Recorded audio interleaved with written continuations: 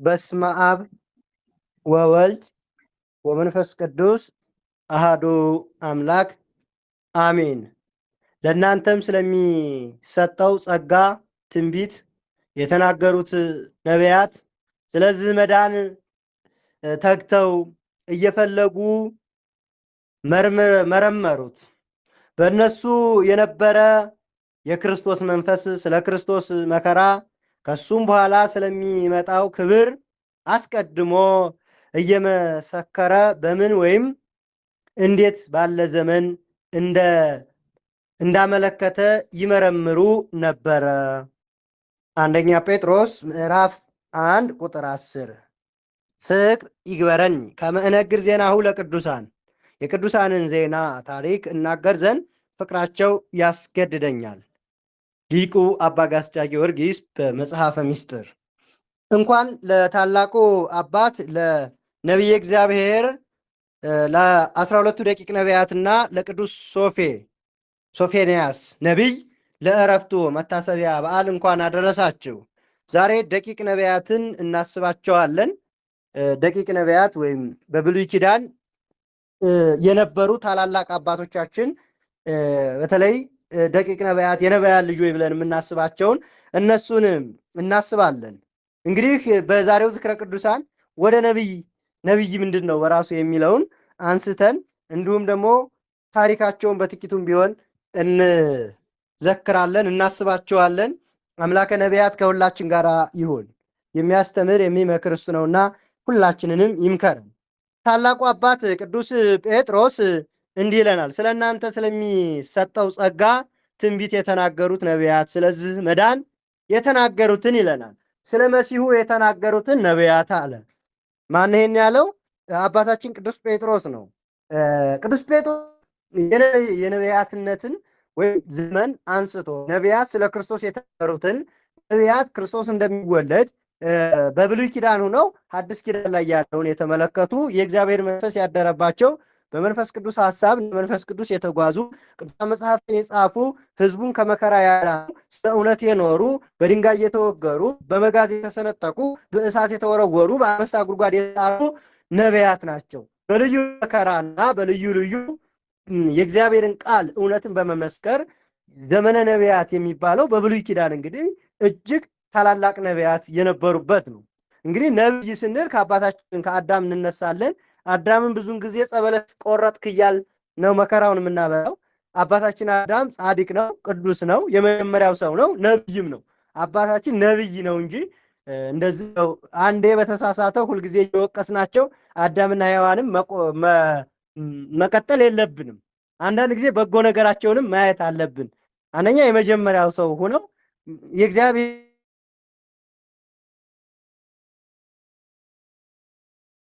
የመጀመሪያው በእጁ የሰራው ሰው እጅግ ታላቅ ነው።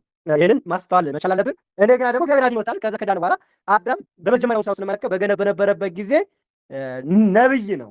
የእንስሳትን ሁሉ ስም ያወጣ እንዲሁም ደግሞ ንጉሰ ምድር ወገነት የተባለ የገነትን የምድር ንጉስ ሆኖ እግዚአብሔር የሾመው ትልቅ ባለጸጋ ነበር አዳም። እንግዲህ ከአዳም ጀምረን ነው ነብይ ብለን የምናስቀምጠው። አዳም ብለን እየቆጠርን መተን 15ቱ አበው ማለት ምን ማለት ነው? አባት ማለት ነው። አባቶች ነቢያት ይባላሉ። አባቶች ናቸው። ስለዚህ አባቶች ነቢያት 15 ናቸው ማለት ነው። እና ስለዚህ ከዛ ጀምረን ነው ቆጥረው። ይህ ማለት እንግዲህ ነብይ ማለት ምን ማለት ነው? የመጀመሪያውን ቃል እስኪንመልከት። ነብይ ማለት ከእግዚአብሔር ተመርጦ ኃላፊያትን አሳልፎ የተሰራውን መጻያትንም ወደፊት የሚመጣውንም ለወደፊቱም የሚናገር ማለት ነው። የሚያውቅ ሰዎች ናቸው ሲሆኑ ህዝቡን እንዲማር እንዲገሰጽ እንዲሁም ደግሞ በመከራ እንዳይመጣበት እንዳይቀሰፍ የሚናገሩ ማለት ነው። ህይወታቸውን ለቅድስና የተሰጠ ነው። ነቢያት በቁጥር በግልጽ ለማወቅ ከባድ ነው። ነቢያትን እንዲህ ናቸው ብለን በቁጥር ቆጥረን አንዘልቃቸውም።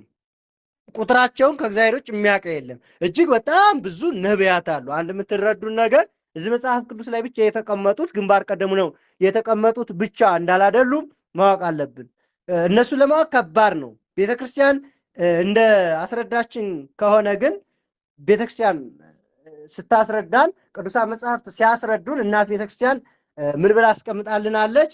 በኩር ነቢያት ብላ አስቀምጣልናለች። የመጀመሪያው ከፋፍለን በበኩር ነቢያት ውስጥ ጥቂቶቹን 15ቶቹን ከቆጠርን በኋላ ሌላ ብዙ አሉ ማለት ነው። ስማቸው ያልተጠቀሰ እጅግ በጣም ብዙ ሁሉ ተጽፎ ቢሆን ብራናም ባልበቃ ነበር፣ የሚጻፍበትም ወረቀት ባልበቃ ነበረ። ግን ጥቂቱ ነው የተቀመጠልን። ይህም ማወቅ አለብን። እንዲሁም አብዛኛውን ደግሞ በሌላ በአዋልድ መጽሐፎች እናገኛለን ማለት ነው። በኩር ነቢያት ከአዳም ጀምሮ ያለው ነው እና ከአዳም ጀምሮ ያለው ነው ብያችኋለሁኝ። ወይም አበው ነቢያት የምንለው ሌላ ሊቀ ነቢያት እንግዲህ ከበኩር ነቢያት በተለይ ግንባር ቀደም እንጠቅሳቸው ከአዳም ጀምሮ እነዚህ ዘፍጥረት 5 ላይ ያሉትን ማቱሳላ፣ ኖህ፣ ላሜህ፣ ያሬድ፣ መላልኤል፣ ኖህ እያል የምንጠራቸው ማለት ነው። እንደገና ሊቀ ነቢያት ሙሴ፣ ሊቅ ነቢያት የሚባሉት ለምሳሌ ሙሴ። ርዕሰ ነቢያት የሚባል ደግሞ አለ ኤልያስ፣ ደቀ መዝሙሩ ኤልሳ አለ። ስለዚህ ምን ይባላሉ? እነ ኤልሳ ደግሞ ርዕሰ ነቢያት። ልብ እንደ ልብ የተባሉ ነቢያት ዳዊት። 15ቱ ነቢያት ከአዳም ጀምሮ እስከ ሙሴ። እንደገና ደግሞ 4ቱ አበይት ነቢያት ኢሳያስ፣ ኤርምያስ፣ ሕዝቅኤልና ዳንኤል እናገኛቸዋለን። ከዛ ደቂቅ ነቢያት ጋር ስንመጣ ደግሞ ደቂቅ ማለት ምን ማለት ነው? ደቂቅ ዛሬ የምናከብራቸው ደቂቅ ማለት ዳግመኛ ደግሞም ከሆሴ እስከ ሚልኪያስ ያሉት ናቸው። በዚህም ቀን ታዲያ 12ቱ ደቂቅ ነቢያት በአንድነት ይታሰባሉ። በአንድነት ቅድስት ቤተክርስቲያን ታስባቸዋል። ማንን ነው የምታስበው ዛሬ? ደቂቅ ማለት የነቢያት ልጆች ናቸው። መጽሐፍ ቅዱስ የተጻፈላቸው መጽሐፍ የጻፉ የደከሙ ትንቢት የተናገሩ ናቸው። ከነዚህም መካከል 12 ናቸው። እንግዲህ የዛሬዎቹ ማን? አንደኛ ቅዱስ ሆሴ፣ ቅዱስ አሞጽ፣ ቅዱስ ሚክያስ፣ ቅዱስ ኢዩኤል፣ ቅዱስ አብድዩ፣ ቅዱስ ዮናስ፣ ቅዱስ ናሆም፣ ቅዱስ እንባቆም፣ ቅዱስ ሶፎንያስ፣ ቅዱስ ሐጌ፣ ቅዱስ ዘካርያስ፣ ቅዱስ ሚልክያስ፣ የመጨረሻው ሚልክያስ። እነዚህ ናቸው ማለት ነው። እና ቅዱሳኑ ደቂቅ ነቢያት የተባሉትም የነቢያት ልጆች በመሆናቸው አንደኛ። ሁለተኛ የጻፈው ጸሐፊው ሐረግ ትንቢት በንጽጽር ከአበይት ከነ ኢሳያስ ስለሚያንሱ የጻፉት መጽሐፍ እስከ 14 ምዕራፍ 15 ከዚህ በላይ አይበልጥም። ደቂቅ ነቢያት የጻፉት መጽሐፍ ምዕራፉ ማለት ነው። የአበይት ነቢያት ግን ለምሳሌ ኢሳያስ ረጅም ነው፣ 60 ምዕራፍ ነው። የዳንኤል ረጅም ነው፣ የኢሳያስ ረጅም ነው፣ የኤርምያስ ረጅም ነው። የነዚህ አሁን የነቢያት አባቶች የምንላቸው የነሱ ረጃጅም ነው። የነዚህ ግን ትንንሽ ነው እንትናቸው መጽሐፋቸው የጻፉት ትንንሽ ምዕራፍ ያለው በመሆኑ ስለዚህ አንደኛም ልጆች የተባሉበት በዛ ነው። በምግባር በትሩፋት አገልግሎታቸው ግን ያው ናቸው፣ እኩል ናቸው። ለምሳሌ ልጆች ስንል የሚያንሱ አይደሉም። ከሌሎቹ አበይት ብለን ወይም አባቶች ካልናቸው ነቢያት የሚያንሱ በጽድቅ ሆኖ አይደለም፣ ግን ለመረዳት እንድረዳን ነው። ሊቃውንተ ቤተ ክርስቲያን እኒህን ነቢያት እለወሃዙ ተነበዩ በእንተ ስመ እግዚአብሔር ኢየሱስ ክርስቶስ ይሏቸዋል። ስለ ጌታችን ስለ ኢየሱስ ክርስቶስ መውረድ መወለድ የማዳን ስራውን የትንቢት እንደ ጎርፍ ያፈሰሱ ናቸው። ስለዚህ የሐዲስ ኪዳንን እኛ ያለንበትን ዘመን ጭምር እንደ ጎርፍ ታውቃላችሁ። አሁን ክረምት ነው ነገሩ። እናንተ ክረምት ስለሌለ እናንተ ጋር የክረምት ጎርፍ በሉት። የተናገሩት ትንቢት እንደ ጎርፍ የበዛ ነው። የተናገሩት ምንድን ነው? በዛ በጨለማ ዘመን ዓመተ ፍዳ ዓመተ ኩነኔ ላይ ሆነው የሐዲስ ኪዳኑን ክርስቶስን እንዴት እንደሚወለድ ከማን እንደሚወለድ 12 ሐዋርያት እንደሚመርጥ እንደሚሰቀል እንደሚሞት እንደሚያርግ ዳግመኛ እንዴት እንደሚመጣ የሰው ልጅ ሕይወት መከራ እያንዳንዱ በሰዎች ልጆች ላይ የሚፈራረቀው መከራና ስቃይ ምን እንደሚመስል እንደ መስታወት አሻግረው የሰው ልጅ ሕይወት የተመለከቱ ናቸው ማለት ነው። ይገርማል፣ እጅግ ይገርማል ማለት ነው። አስባችሁታል? 1000 ዓመት ላይ ሆኖ ወደፊት የሚደረገውን ማወቅ ወደፊት 2000 ዓመት ወደፊት 5000 4000 ዓመት የሚደረገውን መመልከት ማለት ነው። እያንዳንዱ ወደፊት ያለው ግልጽ ብሎ ይታያቸዋል ማለት ነው። ልክ በቪዲዮ የሆነ ምስል እንደምናይ በሉት ልክ ለዛ በቪዲዮ እንደሚንቀሳቀስ ምን እንደምትሰራ እያንዳንድ ልብና ኮላሊትን የሚያውቁ ይሄ የሆነው ደግሞ መንፈስ ቅዱስ ከነሱ ጋር ስለሆነ ማለት ነው። እና ሊቃውንተ ቤተክርስቲያን አዳ ምን አሉ? እለ አሃዙ ተነበዩ እንተ ስመ እግዚአብሔር ኢየሱስ ክርስቶስ። አዎ ስለ ጌታችን ስለ ኢየሱስ ክርስቶስ መውረድና የማዳን ስራ በሚገባ እንደ ክረምት ጎርፍ ላጎረፉ ነቢያት በማለት ማለት ነው። ቅዱሳኑ ክርስቶስ የማዳን ስራ ባሻገር ዓለማውያንን ነገስታትን የገሰጹ ናቸው። እንትንን ሳይፈሩ ነገስታት ሳይፈሩ ድሃ ተበደለ፣ ፍርድ ተበደለ ብለው እውነቱን ወደፊት የሚገጥመውን መከራ የሚናገሩ ናቸው። ከነበሩም ከነዚህም እስከ ዓለም ፍጻሜ ድረስ ስላለው ነገር ተናግረዋል። ያላቸው ሁሉን ነገር ተናግረዋል። የትንቢት ዘመናቸውም በአማካኝነት ከቅድመ ልደተ ክርስቶስ ከ900 እስከ 500 ነው የትንቢት የተናገሩበት። እነዚህ ነቢያት እነዚህ ደቂቅ ነቢያት ከ900 እስከ 500 ክርስቶስ ለመወለድ እስከሚቀረው ድረስ እስከዚህ ባለው ማለት ነው። በትንቢትም ደረጃ ስንመለከት ሆሴ፣ ዘካርያስ 14 ምዕራፍ እንደ አብድዩ እንደ ምዕራፍ አንዳንድ ምዕራፍ ያሉ ናቸው። ከብዛቱ የጻፉትን መጽሐፍ ስንመለከት ሆሴና ዘካርያስ 14 ምዕራፍ ያለው ሲያደርጉ አብድዩ የመሳሰሉት ደግሞ አንድ ምዕራፍም ያለው ነብይ አለ፣ አንድ የጻፈ ማለት ነው። በዚህ ደረጃ በዚህ መካከል ነው ሌሎቹ ያሉት ማለት ነው። በሕይወታቸው ጸጋ መንፈስ ቅዱስ ያሹትን ያደርግላቸው ነበረ። በየጊዜው ከእግዚአብሔር ጋር ይነጋገራሉ። የእነሱ ድምፅ ለእስራኤል እያንዳንዱ የአሕዛብ ያደርሱ ነበር። የእግዚአብሔርን ድምፅ ፊት ያዩትን የተመለከቱትን ከመምጣቱ በፊት ለሕዝቡ ይናገራሉ። ይህም ነገስታት ስለ ኃጢአታቸው ይገስጹ ነበረ። በዛም ምክንያት ከነገስታቱ ከሕዝቡ አለቆች መከራ ይደርስባቸዋል። አልፎም ያላበሳቸው በሕዝቡ እንዲሁም የሕዝቡን ኃጢአቱን በኃጢአቱ ሲቀጣ መከራ ሲቀበል አብረው መከራ ይቀበላሉ። ለኃጥአን የመጣው ለጻድቃን ይተርፋል እንደሚባለው እየተናገሩ መከራ ይመጣል ማለት ነው። በመጨረሻም ሕይወታቸው እያንዳንዱን ክፉዎች ሲነሱባቸው ሲገሏቸው፣ እያንዳንዳቸው ደግሞ በመልካም ሽምግልናም ያረፉ አሉ። ዛሬ ነቢያት ከነሱ ባህሪ በተገኙና በብዙ ትንቢት በተናገሩት መካከል ስለ እመቤታችን ስለ ምክንያተ ድህን ስለሆነው ስለ ክርስቶስ ድህነት ፍጻሜውን በተድላ ገነት ይኖራሉ። ያን ሁሉ መከራ ከተቀበሉ በኋላ ዛሬ ግን በተድላ ይኖራሉ ማለት ነው። እና እነዚህ ነቢያት እጅግ የሚገርሙ ናቸው ማለት ነው። ንጥረ እስከ ትህትና ዘምስለ ንጽህና። እንግዲህ እንደ ነቢያት ትህትናን ከንጽህና ጋር ገንዘብ እናደርግ። እስመ አንጽሖ መንፈሰ ርእይወ ነቢያት ለእግዚአብሔር ወተነጸሩ ገጸ በገጽ። ነቢያት መንፈስ ንጹህ መንፈሳቸው ንጹህ በማድረግ እግዚአብሔርን አይተውታልና ፊት ለፊትም አይተውታል አናግረውታልና። ሊቁ አባ ሕርያቆስ በቅዳሴ ማርያም ምን አለ? ነቢያት መንፈሳቸው ንጹሃን በማድረግ አለ ለእግዚአብሔር ወተናጸሩ ገጸ በገጽ። እግዚአብሔርን አይተዋልና እግዚአብሔርን ተመልክተዋልና ገጸ በገጽ ገጸ በገጽ ፊት ለፊት አያችሁ፣ ፊት ለፊት ምን ብለዋልና አይተውታልና። ማንን ያዩት? እግዚአብሔርን ፊት ለፊት አይተውታልና ፊት ለፊት ነው የተመለከቱት ማለት ነው። የሚገርም እኮ ነው። እግዚአብሔርን አናግረውታልና። እነሱ እግዚአብሔርን ያናገሩት ምን ስላደረጉ ነው? ንጹሃን ስለሆኑ በንጽህናቸው ያገኙት ነው ማለት ነው። እና ሶፎንያስ በተለይ ይህ ታላቅ አባት ዛሬ ከነዚህ ምንም ሁሉንም ብናስብ ይህ አባት ደግሞ ለየት ባለ ይከበራል ማለት ነው። ነቢዩ ቅዱስ ሶፎንያስ እሱም በይሁዳ ንጉሥ በኢዮስያስ ዘመን ትንቢት ተናገረ። እንዲህም አለ፣ እግዚአብሔር ከዚህ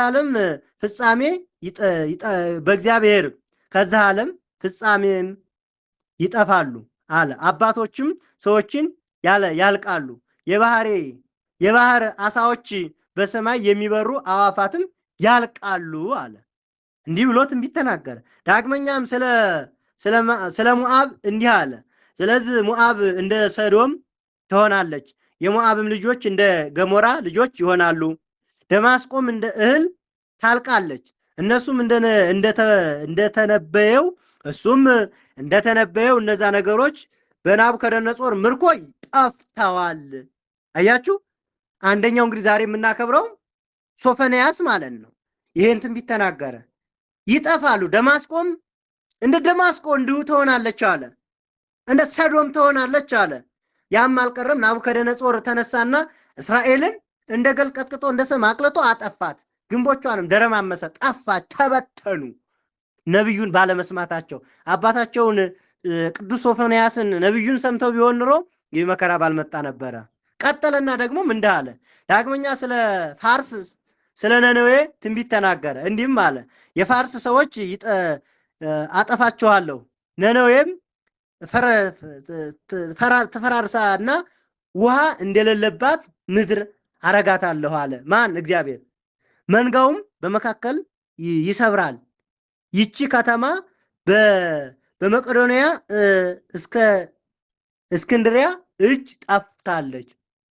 በመቄዶንያ ማለት ነው፣ በእስክንድር በንጉሱ እስክንድር ዘመን ይቺ ከተማ ጠፋች ማለት ነው። ነብዩ እንደተናገረው አሁን የለችም፣ ጠፍታለች።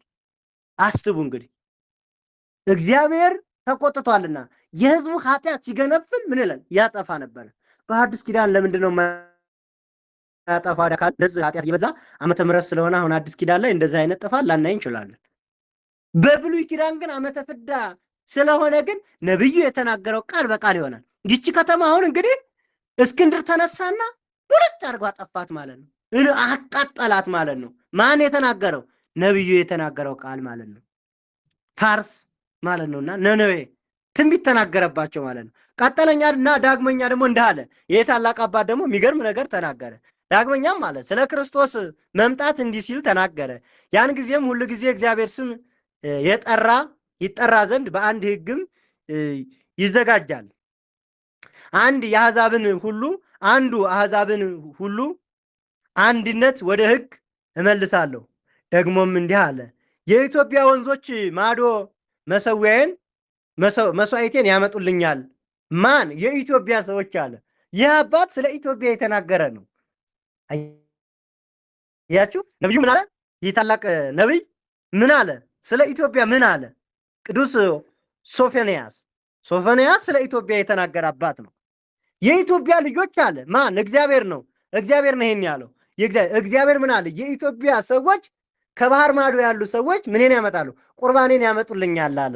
ማን? ስለ ሐዲስ ኪዳን ያለውን ምስጋናዬን ያመጣሉ።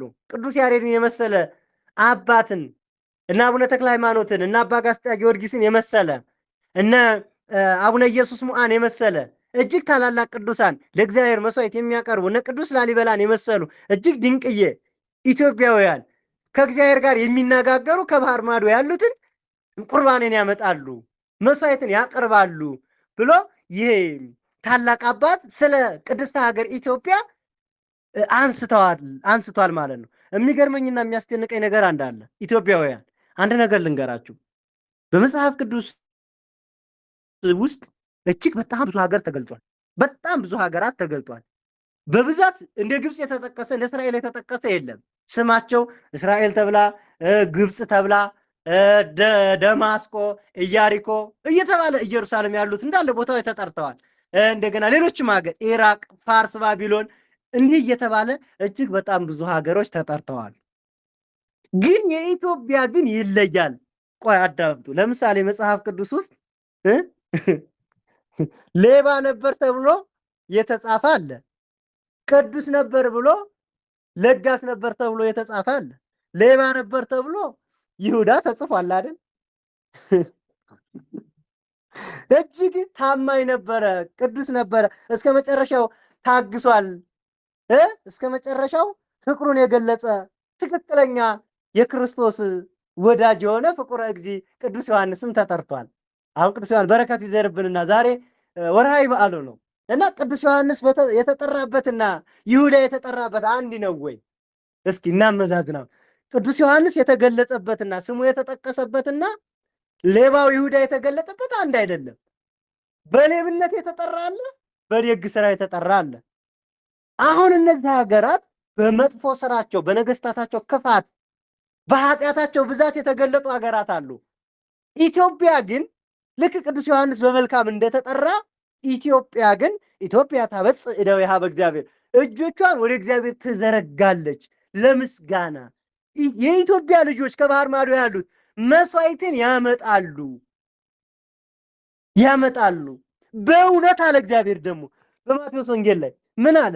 በእውነት ይህን ህዝብ ከባህር ማዶ የመጣችው የሰለሞንን ጥበብ አይታ የመጣችው ንግሥተ አዜብ ትፈርድበታለች።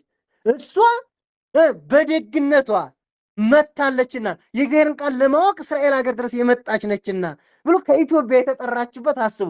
ለፍርድ የተጠሩ ናቸው ኢትዮጵያውያን ማለት ነው። ኢትዮጵያ የተጠራችው መጽሐፍ ቅዱስ ውስጥ አንድም ቦታ ኢትዮጵያ በክፉ ሳይሆን በደግ ተነስታ ነው የምናገኛት። ሌሎችን ብትመለከቱ በጭካኔያቸው፣ በገዳይነታቸው፣ በጨፍጫፊነታቸው፣ በኃጢአታቸው፣ በመጥፋታቸው እንዲህ ነው የተገለጹት ማለት ነው። ልዩነቱ ይሄ ነው። ኢትዮጵያን ቅድስት ያሰኛት ይሄ ነው። ልትኮሩ ይገባል ማለት ነው። በታላቁ መጽሐፍ ቅዱስ ውስጥ የተጻፈች ነች። ኢትዮጵያ ማለት እንዴት አድርጌ ልንገራችሁ? ኢትዮጵያ ማለት ገና በመጽሐፍ ቅዱስ ሲጀምር ስሟን የሚጠራት ሀገር ነች ኢትዮጵያ። አሁን እሷን ስናስብ ለመጀመሪያ ገና መጽሐፍ ቅዱሱ ሲጀምር 4 ሀገሮች ይጠራል። ከነዛ መካከል በግንባር ቀደምነት የምናገኛት ኢትዮጵያ ነች። ይኸውም በዘፍጥረት ገና መጽሐፍ ቅዱስን ዘፍጥረት እግዚአብሔር ሰማይና ምድርን ፈጠረ ካለ በኋላ ያንን ተናግሮ ምዕራፍ 2 ላይ ስንሄድ ኢትዮጵያን እናገኛታለን። ከገነት 4 ወንዞች ይወጣሉ ካለ በኋላ የአንደኛውም ወንዝ ጊዮን ነው፣ እሱም የኢትዮጵያ ምድርን ይከባታል፣ ይዞራታል ብሎ ገና መጽሐፍ ቅዱስ ሲጀምር ነው ስሟ የሚጀምረው ማለት ነው። እንደሌላው አይደለችም ኢትዮጵያ ማለት። ይህም አባት ታዲያ ምን ብሎ ተናገረላት ስለ ኢትዮጵያ? ነብዩ ምን አለላት? ይሄ ታላቅ አባት እንዲህ አለ፣ ከኢትዮጵያ ወንዞች ማዶ መስዋዕቴን ያመጡልኛል ይላል እግዚአብሔር። እንዴት ደስ ይላል እናንተ! እንዴት እንደሚገርም እኮ ነው። ምን አለ ነብዩ ሆሴዕ? ይሄ ታላቅ አባት ነብዩ ምን አለ? እግዚአብሔር እንዲህ ይላል አለ። ማን ያለ ይሄንን? እግዚአብሔር ከባህር ማዶ ያሉ። እሱ የት ነው ያን ቃል የሚናገረው? እስራኤል ሀገር ሆኖ ነው። በመሃል ባህር አለ የለም? አለ። ባህር አለ አይደል? ከባህር ማዶ ሆነና እኛን ከባህር ወደዚህ ያለነውን ምን ብሎ አነሳን? ከወንዝ ማዶ ከኢትዮጵያውያን አለ ከወንዝ ማዶ መስዋዕቴን ያመጡልኛል፣ ለእግዚአብሔር ምስጋና ይሁን። እግዚአብሔርንም ያመሰግናሉ። እግዚአብሔርን ሊያመሰግኑበት አለ። ስለ ሀገራችን እንዴት አድርጎ እንደገለጣት ይህ ታላቁ ቅዱስ ሶፎንያስ እጅግ በጣም ብዙ ቦታ ላይ ኢትዮጵያን እናገኛታለን። ከ45 በላይ ኢትዮጵያ ተብላ ተጠርታለች ማለት ነው። የምሬን ነው። ከ45 በላይ አለ። 45ቱም ቦታ ላይ ጥቅሱን ስታዩት ኢትዮጵያ በመልካምነት የተነሳችበት ነው። በደግነት ይሄ የሆነው ግን አባቶቻችን በእኛ እንዳይመስላችሁ ደግሞ ዛሬ እንዳትኮኮሱ ማለት ነው። ምንም ስራ የለንም እኛ ዛሬ የእሳት እርሻ መሪዎች ሆነናል ማለት ነው። ደጋግ አባቶቻችን ቅዱሳን፣ የቅዱሳን መናኸሪያ፣ ቅዱሳን እንዲያሸን የፈሉባት እጅግ ታላቅና ገናና ሀገር። እስኪ ሌላውን እዩት፣ የሌላውን እንመርምር። በምን ተነስተዋል? በጦርነታቸው፣ በጨካኝነታቸው፣ በገዳይነታቸው፣ ጣዖት በማምለካቸው ከእግዚአብሔር አምልኮ እግዚአብሔር ወጥተው ጣዖት ያመለኩበትን የተገዳደሉበትን ስለ ጦርነት በቃ ስለ ጦርነት፣ ስለ ኃጢአታቸው፣ ስለ ነውራቸው ነው ሌሎች ሀገር ላይ ስትመለከቱ ማለት ነው። ኢትዮጵያን ግን ስትመለከቷ ግን በሚገርም ሁኔታ፣ በሚያስደንቅ ሁኔታ እጅግ ታላቅ ሀገር እንደሆነች መጽሐፍ ቅዱስ ይነግረናል። ለዚህም ዛሬ የምናከብረው ይህ ከኢትዮጵያ ወንዞች ከወንዝ ማዶ ያሉ ኢትዮጵያውያን መስዋዕቴን ቁርባኔን ያመጡልኛል። መስዋዕት ምንድን ነው? ምስጋና ነው። የከንፈር መስዋዕት ያቀርባሉ እኮ ነው እናንተ። የጉልበት መስዋዕት በስግደት ለእግዚአብሔር ያቀርባሉ እኮ ነው። ቤቴን የሚያንጹ የሚሰሩ ናቸው እኮ ነው። ቅዱሳንን የሚወዱ የሚያመሰግኑ 24 ሰዓት እግዚአብሔርን የሚያመሰግኑ መስዋዕተ እግዚአብሔርን የሚያቀርቡ ልጆች አሉኝ አለ እግዚአብሔር በነቢዩ ላይ አድሮ ማለት ነው። እናንተ ከኢትዮጵያውያን አትማሩም ወይ ብሎ ወገኖቹን ይገስጻል ይህ አባት ማለት ነው። ቅዱስ ሶፎንያስ ዛሬ የምናከብረው እጅግ የታላቅ አባት ማለት ነው። የሚገርም እኮ ነው። እጅግ የሚያስገርም እኮ ነው። ይህ ታላቅ አባት ሲናገር ሲያመሰጥረው ይገርማል። እጅግ ይገርማል። እናንተ ያስደንቃል። እንዴት ያለ ጸጋ ነው! ምን አይነት መታደል ነው! መመረጥ ነው እንዲህ አይነቱ ነገር ማለት ነው። ስለዚህ ነቢያት ደቂቀ ነቢያት የምንላቸው በዛ አይነት የተናገሩ ናቸው። አዎ በዛ አይነት ማለት ነው። ተዘከረኒ እግዚኦ በምሕረትከ በእንተ ኩሎ ከመ ይልሃቁ ለአቡከ ወበመዓቱ እስመ ይትረሃው መቅሰፍቱ ሥጋ ዚአነ ይለብሰከ አንተ ወውእቱ ውእቱ ይእቲ ዕለት ቤዘወነ ሊተ ለገብርከ አሜን።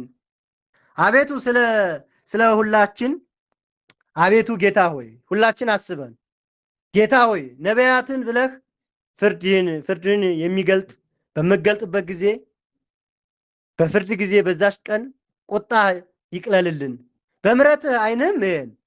የኔን ሥጋ እንደኔ ሥጋ የለበሱ አንተን እንደኛ ሥጋ ለብሰህ መጥተህ ለእኛ ዋጋ የከፈል በዚች ዕለትም እኔን አገልጋይህን ስለ ነቢያቱ ብለህ አቤቱ ማረኝ አሚን በማለት ሊቁ አባ ገስጣ ጊዮርጊስ ሲናገር ምን ማለት ነው? ስለ ነቢያት ብለህ ስለ እነዚህ ቅዱሳን አባቶቻችን ነቢያት ብለህ አቤቱ ማረን አለ። በእውነት እነዚህን ነቢያት ምን ብለን እንግለጻቸው? እግዚአብሔር መንፈስ ቅዱስ ያደረባቸው እንግዲህ ምን እንላለን? ስለ እነሱ እንዳንናገር ጊዜ ያጥረናል።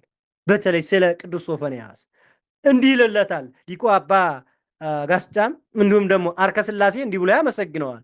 ሰላም ለከ ሶፎንያስ ክብረ ዘተነበይከ በእንተ ይሁዳ ህልቀተ ኃጢአት እምድረ እንዘ ትብል ከመዝ እንበለ ሰናይ ወምግባር እያድገነ ወይቤዘወነ ብሩህ አመ ምጽአተ እግዚኦ በዕለተ ፍዳ ዘይመጽእ ወትረ።